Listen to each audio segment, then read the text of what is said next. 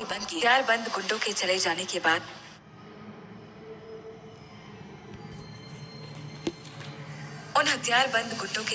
के बाद उस अस्पताल के वार्ड नंबर 15 के कॉरिडोर में बारूद की गंध फैली हुई है। खून से लथपथ बॉबी का जिस्म छलनी हो चुका है, लेकिन उसकी मौत पर दुख मनाने वाला कोई नहीं है सिवाय एक के, वो जो उसके ठीक सामने के कमरे में सर पकड़कर बैठा है, और वो है गौतम। गौतम अब भी विश्वास नहीं कर पा रहा है कि उसकी कोशिश नाकाम हो चुकी है और वो बॉबी को नहीं बचा पाया। बॉबी के जाने के बाद बचे हुए एंटीडोट तक पहुंचने का रास्ता भी अब बंद हो गया है। ठीक तभी गौतम का फोन रिंग करने लगा। ये उस आदमी का फोन आ रहा है जिससे गौतम ने बॉबी को बचाने का जिम्मा दिया था। गौतम ने उसका फोन रिसीव किया और गुस्से में कहा, वो लोग बॉबी को मारकर चले गए, ही इज डेड। दूसरी तरफ से एक आदमी की आवाज आई, नहीं सर, आपका प्लान सक्सेसफुल रहा, बॉबी सेफ। गौतम के कानों में ये शब्द शहद की तरह पहुंचे। उसने गहरी सांस छोड़ी तो उसकी आंखों की चमक वापस लौट आई। फोन पर वो आदमी उत्साह से आगे कहने लगा, आपका फोन आते ही हम एक्टिव हो गए थे सर। हमने बॉबी को एक डेड बॉडी से रिप्लेस कर दिया था। गौतम के लिए ये एक प्लेजेंट सरप्राइज था, लेकिन थोड़ा सा गुस्सा करते हुए वो अपने आदमी से कहता है, अरे पर तुम्हें मुझे तो अपडेट करना चाहिए कि तुमने काम कर दिया। उधर से आवाज आती है, सर इतना माइक्रो टाइम दिया था आपने ये सब करने के लिए कि हमें खुद को विश्वास नहीं हुआ था कि हम बॉडी एक्सचेंज कर चुके थे, और इसके पहले कि आपको कुछ बता दे उन्होंने फायरिंग शुरू कर दी थी। Sorry sir. सॉरी नहीं, वेल डन, तुम लोगों ने आज बहुत बड़ा काम किया है। गौतम तेजी से वहां से निकल गया। उस घटना के बाद से गौतम ने बॉबी की सेफ्टी की तसल्ली कर ली है।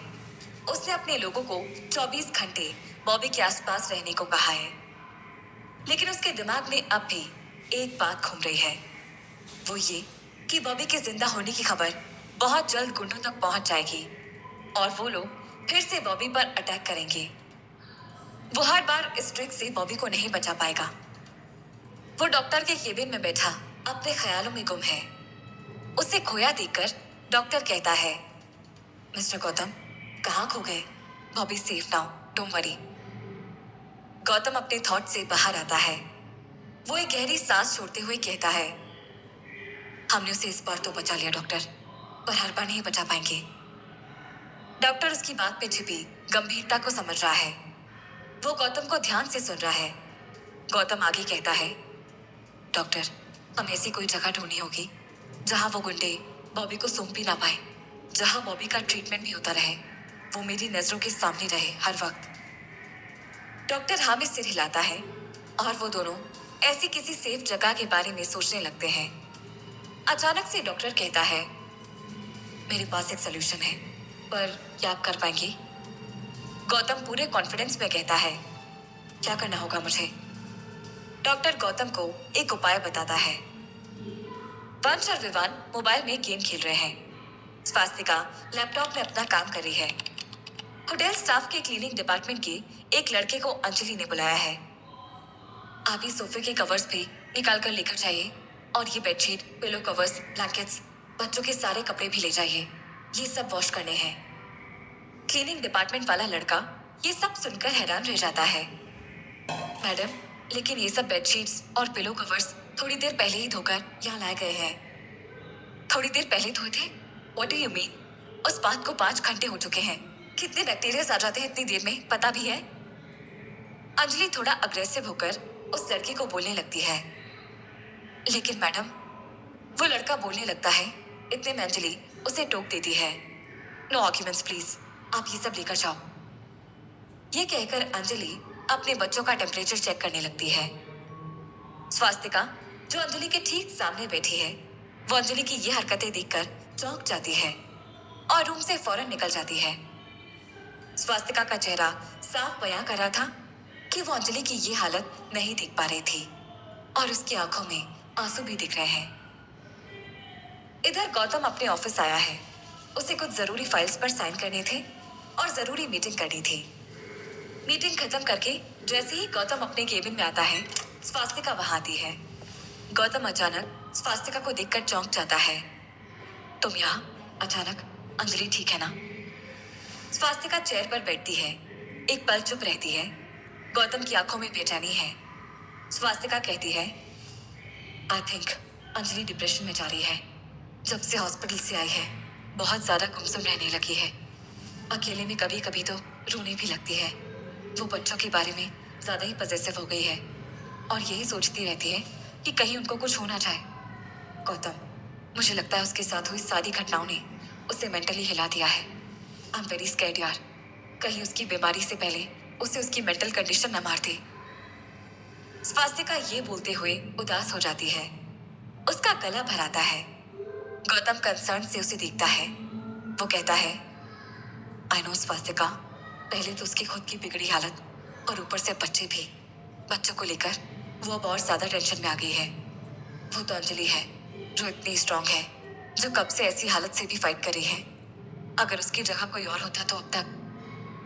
कहते कहते गौतम रुक जाता है।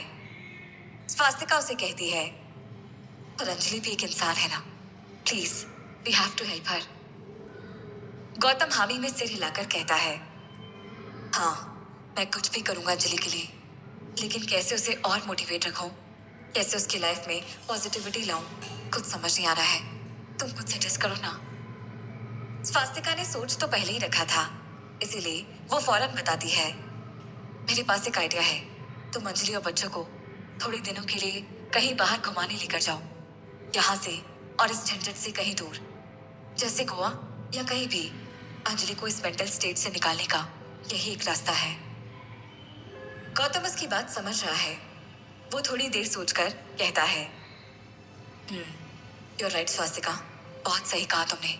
मैं तुरंत कुछ प्लान करता हूँ। गौतम को भी अंजलि की मानसिक हालत की चिंता है। उसे बचाने के लिए वो जी जान की ताकत लगा रहा था।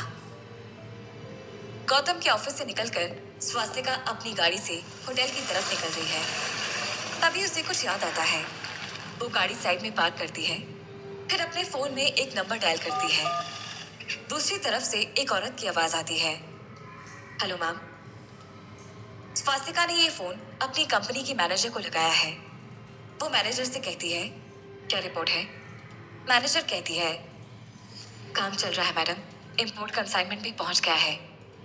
स्वास्तिका उसे कहती है, मैंने तुम्हें इतनी इन्फॉर्मेशन दे दी है, यू आर द एक्सपर्ट, कब कुछ पता चलेगा मुझे? मैनेजर कहती है, ma'am we are trying our best, will find something soon. Swastika एक पल चुप रहती है, फिर कहती है, लास्ट टाइम हमारी जो बात हुई थी उसकी रिपोर्ट में तुम्हें मेल कर रही हूँ, देखो क्या मिलता है। मैनेजर जवाब देती है, ओके मैम मैं देखती हूँ, and you don't worry. Swastika झट से कहती है, आई एम वरीड, हमें जल्दी से उस वायरस का पूरा एंटीडोट चाहिए, वरना बहुत देर हो जाएगी। चाहो तो अपनी सारी टीम को लगा दो इसी काम में। स्वास्तिका फोन रखती है। उसकी आंखें कुछ सोचने के अंदाज में सिकुड़ जाती है। उसके दिमाग में कुछ पक रहा है जो उसने बाहरी दुनिया से छुपा कर रखा है, लेकिन क्या? उधर एक 5 स्टार होटल के शानदार स्वीट रूम में बैठी रिया महंगी सिगरेट के छल्ले उड़ा रही है। वो हवा में आंखें टिकाए जैसे कुछ सोच रही है। पास ही में खड़ा प्रभाकरण उसके कुछ कहने का इंतजार कर रहा है। जब ये खामोशी उससे सही नहीं गई तो वो बोल पड़ा, मैडम हम कब तक उनके फोन का इंतजार करेंगे, मैं कर लेता हूँ कॉल। रिया उसकी तरफ पलटती है और कहती है, वेट प्रभाकरण, उनका फोन जरूर आएगा। प्रभाकरण कुछ कहने ही वाला था कि तभी टेबल पर रखा रिया का फोन खनखना उठा। रिया ने मुस्कुराकर प्रभाकरण को देखा। प्रभाकरण ने मान गए आपको के अंदाज में इशारा किया। रिया ने फोन रिसीव किया और कहा, hello doctor, thank you for calling. दूसरी तरफ से एक आदमी की आवाज आती है, it's all right Riya ji, sorry आपको थोड़ा वेट करना पड़ा। रिया ने आवाज में चाशनी घोलते हुए कहा, कैसी बात कर रहे हैं आप sir, you are the finest doctor in the world, आपका थोड़ा इंतजार करना तो बनता है। डॉक्टर अपनी तारीफ से खुश होकर हल्के से हंसता है, फिर कहता है, थैंक यू रिया जी, लेकिन खन्ना एम्पायर की क्वीन को इंतजार कराना मेरी भी गलती थी। दोनों एक साथ हंसते हैं। रिया कहती है, चलिए तारीफें बहुत हुई, अब काम की बात करते हैं। मैंने आपको जो फाइल्स भेजी थी वो आपने देख ही ली होंगी। डॉक्टर जवाब देता है, यस मिसेस खन्ना, मैंने फाइल्स देखी, बट जो आप चाह रही हैं उसमें बहुत पैसा लगेगा, बहुत मतलब करोड़ों में। रिया एटीट्यूड से कहती है, पैसे की आप चिंता मत कीजिए डॉक्टर, आप ही ने तो अभी अभी मुझे क्वीन कहा था। क्वीन पैसा पानी की तरह बहा देगी, आप बस मुझे रिजल्ट दीजिए। डॉक्टर उसकी बात से इम्प्रेस होता है। वो कहता है, तो ठीक है रिया जी, मैं भी आपके काम को अपना पूरा टाइम दूंगा। फोन कट हो जाता है। प्रभाकरन को कुछ समझ नहीं आ रहा। वो कहता है, मैडम, मैं आपके प्लान्स को कितना भी कोशिश करूं समझ नहीं पाता। रिया हंसते हुए कहती है, अगर तुम रिया के प्लान को समझ सकते तो रिया की जगह नहीं होते। उसकी आंखों में एक चमक उभरती है, जैसे एक टाइगर की आंखों में होती है अपने शिकार पर छलांग लगाने से ठीक पहले। वो शातिर मुस्कान लिए किसी विलन की तरह कहती है, बस इतना समझ लो प्रभाकरन, कुछ बहुत बड़ा सोच लिया है मैंने, सच में बहुत बड़ा। प्रभाकरन को भी एक पल को उसे देखकर डर लगने लगा। वो बस रिया को देखता रहा, जो नई सिगरेट सुलगा चुकी है, जिसका धुआं हवा में फैलने लगा है। दूर कहीं एक और जगह है जिसकी हवा में भी सफेद धुआं फैल रहा है। एक शानदार बंगले के बड़े से कमरे में सफेद ओवरकोट और हैट पहने प्रोफेसर आचार्य अपनी क्यूबन सिगार के गहरे कश मार रहा है। वो एक फोन कॉल पर है। फोन पर उसका गुंडा उसे बताता है कि कैसे उन्होंने हॉस्पिटल में घुसकर बॉबी की धज्जियां उड़ा दी। प्रोफेसर आचार्य के होठों पर मुस्कुराहट आती है। वो गहरी आवाज में कहता है, गुड, वेरी गुड, चलो एक काम तो आप लोग ठीक से कर पाए। बॉबी का जाना हमारे लिए सुखद समाचार है। फोन की दूसरी तरफ गुंडा लीडर है। वो कहता है, थैंक यू सर। प्रोफेसर अपनी उसी गहरी आवाज में कहता है, जाइए खुशियां मनाइए, पर हम अब ह्यूमन स्पिरिट ऑर्गेनाइजेशन पर भरोसा नहीं कर सकते। गुंडा शॉक होता है। वो कहता है, ये आप क्या कह रहे हैं सर?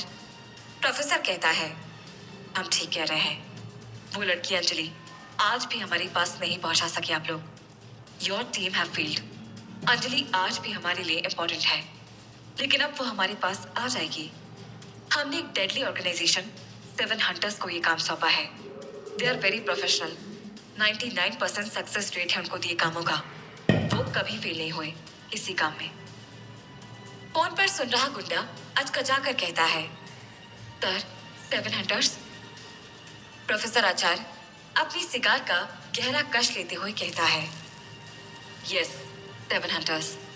बॉबी और ह्यूमन स्पिरिट ऑर्गेनाइजेशन एक लड़की को किडनैप करने में हर बार फेल हुए। It was a mistake to give you chance every time. पर अब नहीं, अब 7 हंटर्स हमें अंजलि को लाकर देंगे। प्रोफेसर फोन कट कर देता है। गोल्डन फ्रेम के चश्मे से झांकती उसकी आंखों में कुछ गहरा और डेंजरस पक रहा था, जो शायद अंजलि की जिंदगी को फिर तूफान की तरफ मोड़ने वाला था। ये बात सिर्फ तुम्हें पता है और किसी को पता नहीं लगना चाहिए कि मैं कहाँ जा रहा हूँ, okay? Keep it a secret. Gautam एक बैग की चेन बंद करते हुए फोन पर बात करता है। ये सबसे छोटा बैग है जिसे उठाने के लिए वंश आगे आ जाता है। गौतम उसे देखकर फोन कट करता है और वो छोटे बैग उसे पकड़ने के लिए दे देता है। इसे लेकर नीचे जाओ। गौतम की बात सुनकर वंश और विवान साथ में जाते हैं और गौतम फिर सबसे बड़े वाले बैग को पकड़ता है और अंजलि के पास आता है। वो खिड़की के बाहर झांक रही है और कुछ खास खुश नहीं लग रही है। चलो निकलना चाहिए, गौतम अंजलि से कहता है, लेकिन अंजलि अभी भी बस खिड़की से बाहर देख रही है। वो कोई जवाब नहीं देती। गौतम फिर से कहता है, लेकिन इस बार व्यंग्यात्मक तरीके से कहता है, जहां हम जा रहे हैं वहां का नजारा यहाँ से अच्छा है। अंजलि इस पर अपनी चुप्पी तोड़ती है और कहती है, क्यों कर रहे हो ये सब? क्या फायदा है ऐसी हालत में भला घूमने जाने का? क्या तुक? गौतम इस पर जवाब देता है, फायदा तो ऐसे मुंह लटका कर बैठे रहने का भी नहीं है। अंजलि, और मैं वैसे भी तुम तीनों को ऐसे नहीं देख सकता। गौतम के चेहरे पर चिंता साफ साफ दिखाई देती है। वो आगे कहता है, जिन हालातों से गुजरे हो और जिनसे गुजर रहे हो, उन्हें बुलाने के लिए हमें एक वेकेशन की सख्त जरूरत है। Trust me, let's go. Anjali उसे देखती है और गौतम की बात उसे तर्क संगत लगती है। वो फिर कुछ नहीं कहती और आगे बढ़ जाती है। गौतम भी उसके पीछे पीछे बैग पकड़े निकलता है। वो नीचे पहुंचते हैं और सभी गाड़ी में बैठते हैं। Ready guys, seat belt please. Gautam की बात सुनते ही सभी अपने अपनी सीट बेल्ट लगाकर नए सफर पर रवाना होते हैं। दूसरी तरफ 7 हंटर्स ऑर्गेनाइजेशन अंजलि के होटल तक पहुंच जाती है। गौतम की गाड़ी अचानक से हॉस्पिटल के सामने रुक जाती है। उसी अस्पताल के सामने जहां अंजलि का ट्रीटमेंट काफी समय से चल रहा था। अंजलि उस अस्पताल के आगे गाड़ी के रुकते ही शॉक हो जाती है। यहाँ हॉस्पिटल के आगे गाड़ी क्यों रुकी है? मॉम को फिर कुछ हुआ क्या? विवान वंश से हैरानी से पूछता है। क्या हुआ गौतम, सब ठीक तो है ना? अंजलि भी हैरान है कि गौतम ने गाड़ी हॉस्पिटल के बाहर रोकी है। हाँ हाँ, सब ठीक है। गौतम कार से उतरते हुए कहता है। तो फिर हॉस्पिटल के आगे कार क्यों रुकी है और तुम कार से बाहर क्यों जा रहे हो? क्या छुपा रहे हो? सच सच बताओ। अंजलि तुरंत कहती है, something different for our trip. ऐसी ट्रिप शायद ही कोई बनाता होगा, पर क्या करें, हम तो मजबूर है ना। कुछ पलों के इंतजार के बाद जब अंजलि सामने हॉस्पिटल से बॉबी को व्हीलचेयर पर आते देखती है, गौतम तब बताता है, बॉबी भी हमारे साथ गोवा ट्रिप पर जा रहा है। सामने बॉबी व्हीलचेयर पर बैठा हुआ है। एक स्टाफ का आदमी उसकी व्हीलचेयर पुश करता है। बॉबी के मुंह पर ऑक्सीजन मास्क लगा हुआ है और उसके हाथ और पैर प्लास्टर में बंधा हुआ है। बच्चे भी उसे देखकर दंग रह जाते हैं। हॉस्पिटल स्टाफ की मदद से बॉबी को सबसे पीछे वाली सीट पर बिठाया जाता है। उसके व्हीलचेयर को मोड़कर पीछे की डिक्की में रख दी जाती है। ये सब देखकर वंश और विवान खुद को रोक नहीं पाते। वो गौतम से पूछते हैं, पापा, ये अंकल भी हमारे साथ ही जाएंगे? ये सवाल अंजलि का भी था। गौतम जवाब देता है, हाँ, ये अंकल भी हमारे साथ ही जाएंगे। वो बोलकर आगे वापस आ जाता है। हॉस्पिटल स्टाफ गौतम को कुछ इंपॉर्टेंट इंस्ट्रक्शंस देते हैं। फिर गौतम गाड़ी स्टार्ट करता है और निकल जाता है। गाड़ी चलती रहती है।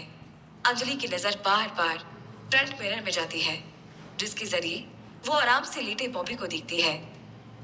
उसके चेहरे के भाव कुछ ठीक नहीं लग रहे हैं। वो मिरर से आंखें हटाकर सड़क को भी देखती है, पर उसे चैन नहीं मिलता। उसकी इस अजीब सी बेचैनी को गौतम समझ लेता है। वो पूछता है, क्या हुआ, ठीक तो हो? तो अंजलि कुछ नहीं कहती। आगे बढ़ने के बाद अंजलि अचानक ही बोल पड़ती है, गाड़ी रोको। गौतम को ये समझ में नहीं आता। वो पूछता है, क्या? अंजलि गुस्से में बोलती है, गाड़ी रोको। गौतम उसके इस बिहेवियर से घबरा जाता है। वो गाड़ी सड़क के किनारे रोक देता है। इससे पहले कि वो पूछ पाता कि क्या हुआ है, अंजलि फुर्ती से गाड़ी से नीचे उतरती है और पीछे जाती है। गौतम भी नीचे उतर चुका है और उसे कुछ समझ नहीं आता कि आखिर अंजलि करना क्या चाहती है। लेकिन थोड़ी ही देर में गौतम को जवाब मिलने लगता है और वो जवाब देखकर गौतम हिल जाता है। अंजलि सबसे पीछे वाली सीट पर बॉबी के पास जाकर उसे थप्पड़ ही थप्पड़ मारती है। स्वास्तिका ने बॉबी के बारे में भी अंजलि को सारा कुछ सच बता दिया था। बच्चे अपनी माँ का ये रूप देखकर डर जाते हैं। जब तक गौतम घूमकर उसके पास जाता है, तब तक वो बॉबी पर 20-25 थप्पड़ों की बरसात कर चुकी होती है, ये बोलते हुए, क्यों किया हमारे साथ ऐसा, क्यों किया? गौतम उसके हाथ को पकड़ता है और उसे डांटता है, ये क्या करी हो अंजलि, संभालो खुद को। अंजलि रुकती है। उसके चेहरे पर गुस्सा है। वो हाँफ रही है और आंखों में आंसू भी है। वो उसी गुस्सैल लहजे में चीख कर जवाब देती है, संभालो खुद को, हमारी जिंदगी बर्बाद करने वाला आदमी हमारे पीछे बैठा हुआ है। और तुम कह रहे हो संभालो खुद को। अंजलि के दिमाग में रह रहकर यही बात आती रहती है कि इसी की वजह से उस वायरस ने उसके और उसके बच्चों के शरीर में घर बनाया है। अपने लिए तो वो शायद उसे माफ भी कर दे, लेकिन उसके बच्चों की जिंदगी जो खतरे में है वो एक पाप से कम नहीं है। उसके लिए कैसे माफ कर दे। गौतम उसकी भावना समझता है, लेकिन वो फिर भी उसे समझाने की कोशिश करता है और कहता है, मुझ में भी कोई कम गुस्सा नहीं भरा है अंजलि, लेकिन मजबूरी है कि ऐसा करना पड़ रहा है। हमें इसकी जरूरत है और इसकी डेड बॉडी की जरूरत उसकी ऑर्गेनाइजेशन को। उन्हें गलती से भी इसके जिंदा होने की भनक लगी तो ये हमारे हाथ से जाएगा। गौतम की बातें उस पर असर करती हैं। वो शांत हो जाती है। गौतम उसका हाथ छोड़ देता है। अंजलि एक बार बॉबी को देखती है और फिर पांव पटकती हुई वापस अपनी जगह पर आकर बैठ जाती है। गौतम तुरंत ही बॉबी की हालत का जायजा लेता है। उसे कुछ नहीं हुआ है, वो ठीक है। बॉबी को फिर से ऑक्सीजन मास्क पहनाकर गाड़ी स्टार्ट करके निकल जाते हैं। कुछ देर तक किसी के बीच कोई बात नहीं होती। मनहूस सा माहौल बना है। बच्चों को ये शांति काटने को दौड़ती है। उन्हें इतना शांत रहने की आदत कतई नहीं है। वंश की नजर जब से बॉबी के हाथ में चढ़े प्लास्टर पर पड़ी है, तब से उसके मन में कुछ करने की तड़प हो रही है। वो विवान से कहता है, अब तक ऐसे ही बैठे रहेंगे? This was supposed to be fun. तो विवान जवाब देता है, लगता है तुम्हारे माइंड में कोई आइडिया है। I can sense it. वंश मुस्कुरा देता है, ज्यादा खास तो नहीं, लेकिन हमारा काम चल जाएगा। जो भी वंश ने सोचा होता है वो अब उसे करना शुरू करता है। अंजलि और गौतम का ध्यान जब जाता है तो वो देखते हैं कि उनके बच्चों के हाथ में एक एक मार्कर है और वो उससे बॉबी के प्लास्टर पर गेम्स खेल रहे हैं। वो कुछ लिखते भी हैं और आपस में हारने या जीतने पर एक दूसरे को ताली मारते हैं। बॉबी उन्हें दूर रखने के लिए अपने हाथ को हिलाने की कोशिश करता है, लेकिन बदले में उसे ही दर्द झेलना पड़ता है। इन बच्चों की कचकच से वो परेशान हो जाता है। वो अंताक्षरी खेलते हैं तो कभी मूवीज की बात पर बहस हो जाती है, तो कभी फेवरेट सुपर हीरो के लिए लड़ पड़ते हैं। माहौल थोड़ा सा हल्का होने लगता है। गौतम ये देखकर हंस पड़ता है। फिर वो अंजलि को देखता है। बच्चों का इस तरह बॉबी को खिलौना बनाकर खेलना अंजलि के चेहरे पर भी हल्की सी स्माइल ले आता है। गौतम और अंजलि एक सफर पर निकले थे, तो रिया भी अपने एक सफर पर निकली हुई है, जो बहुत बड़ा उसने प्लान किया है। उसे पूरा करने के सफर पर अपने ऑफिस में बैठी रिया अकाउंट डिपार्टमेंट में कॉल करती है।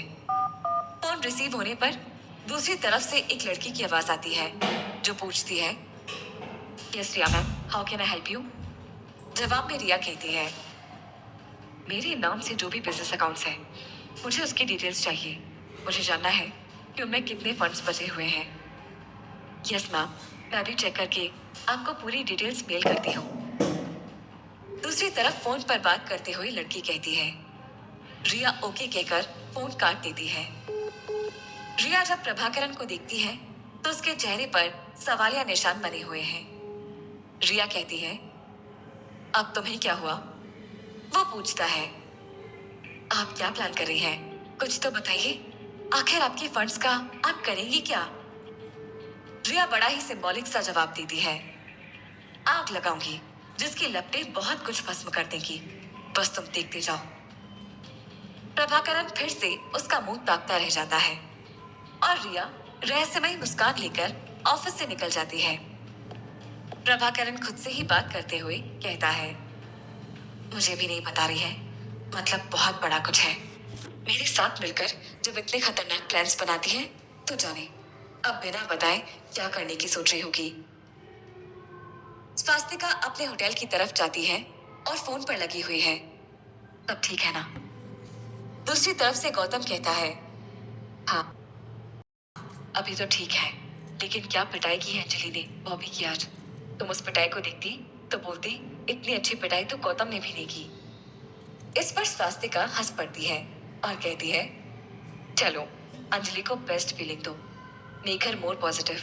बाकी बातें कल करते हैं, बाय बाय। स्वास्तिका स्माइल करते हुए फोन काटती है और अपने कमरे में घुसती है। कमरे में घुसने के बाद वो सबसे पहले फ्रिज का पानी निकालकर पीती है। पानी पीते पीते वो देखती है कि एक एक करके कुछ लोग एक होटल स्टाफ के कपड़े में हैं और उसके बेडरूम से बाहर निकलते हैं। स्वास्तिका उन्हें देखती रह जाती है। वो जब तक सिचुएशन समझ पाती है तब तक उसके सामने 4 अनजान चेहरे के लोग खड़े हुए हैं। स्वास्तिका बॉटल को वापस फ्रिज के ऊपर ही रख देती है और वो सिक्योरिटी को चिल्लाने ही वाली होती है कि एक बोल पड़ता है, हमें तकलीफ देने की जरूरत नहीं है, कहीं हमने ये उठाया तो तुमको तकलीफ हो जाएगी। वो अपनी गन दिखाता है। स्वास्तिका उस मौत के सामान को देखकर सहम जाती है। वो चुप हो जाती है। ग्रुप का लीडर साथी को देखता है और कहता है, ये वही है क्या? देखकर तो नहीं लग रही। तो वो दूसरा साथी जवाब देता है, नहीं, ये वो लड़की नहीं है, ये शायद उसकी सहेली है। इस पर पहला वाला लीडर स्वास्तिका से पूछता है, कहाँ है तेरी सहेली? अंजलि। अंजलि का नाम सुनते ही स्वास्तिका सारा माजरा समझ जाती है। वो अपने चेहरे पर साहस लाती है और बहादुरी से जवाब देती है, मुझे नहीं पता।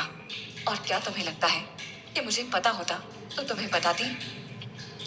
लीडर कहता है, ले चलो इसे, ये ऐसे मुंह नहीं खोलेगी। इतना कहकर 2 गुंडे उसके पास आते हैं और उसके मुंह पर रुमाल सुखाकर बेहोश कर देते हैं। नीचे पार्किंग में ले जाकर स्वास्तिका को गाड़ी में डालते हैं और लेकर निकल जाते हैं। वो लीडर प्रोफेसर को कॉल करके कहता है, first step complete, Anjali's friend is kidnapped. अब अंजलि कहाँ है ये हमें वही बताएगी।